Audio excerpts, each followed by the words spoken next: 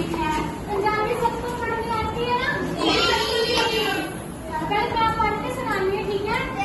तिरंगे बारे एक भी अपना डायग्राम कौन है? तिरंगे का की है?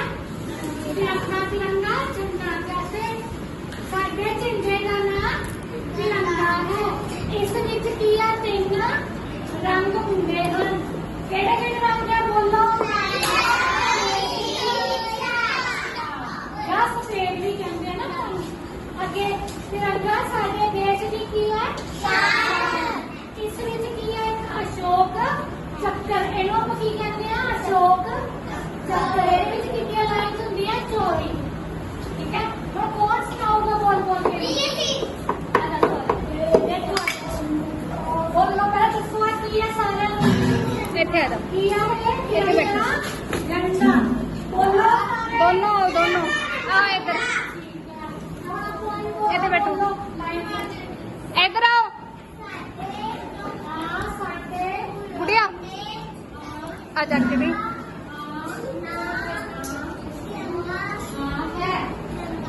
ठीक है। आगे बोलो लाइन आयो आओ इधर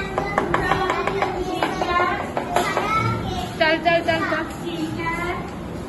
साडे देश की शान है तिरंगा। इस विच की हुंदा एक चक्कर। अशोक चक्कर को की कहते हैं? और मैं क्वेश्चन पूछूंगी फिर खड़े होकर करने भी का सारे नहीं बैठो। दसो साडे झंडे का की नाम है? तिरंगा। ਇਹਦੇ ਵਿੱਚ ਕਿੰਨੇ ਰੰਗ ਹੁੰਦੇ ਆ? 3। ਕਿਹੜੇ ਕਿਹੜੇ?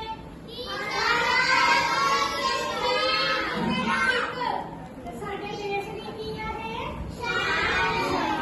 ਇਹਦੇ ਵਿੱਚ ਕੀ ਹੁੰਦਾ ਇੱਕ? ਚੱਕਰ ਕਿੱਥੇ ਹੈ? ਇਹ ਵਾਲਾ ਕੀ ਹੁੰਦਾ? ਅਸ਼ੋਕ ਚੱਕਰ। ਕਿੰਨੇ ਲਾਈਨਾਂ ਹੁੰਦੀਆਂ ਨੇ ਇਹਦੇ ਵਿੱਚ? ਆ ਲਓ ਕੌਣ ਸੁਣਾਊਗਾ ਪੜ੍ਹ ਕੇ? ਆ ਜਾ। हेलो सारे किसान बच्चा जैसे सारे डायग्राम है ये और तिरंगा तिरंगा तिरंगा झंडा एकदम किसान झंडे वाले पांच लाइन साडा झंडा साडे झंडे दा नाम तिरंगा है। इस विच तीन रंग हुंदे हन।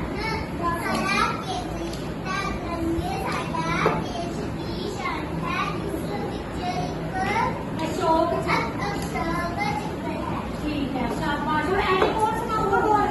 आजा मैंने बोला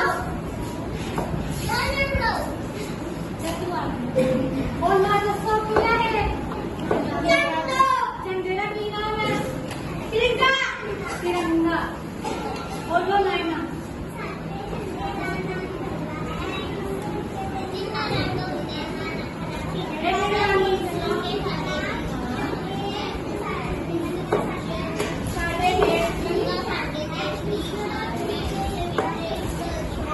और कौन होगा? ऊंची बोलना ना, ऊंची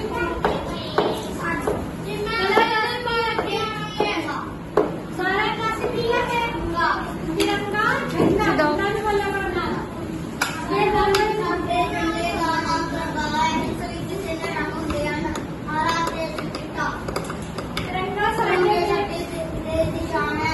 इस विच एक अशोक चक्कर। ठीक है। और कौन होगा? तिरंगे में बोलो ये सारा तो सूची में तिरंगा झंडा साडे झंडे दा नाम तिरंगा है। इस विच तीन रंग हुंदे हन। हरा ते चिट्टा रंगे साडे देश दी शान है। इस विच की हो गया?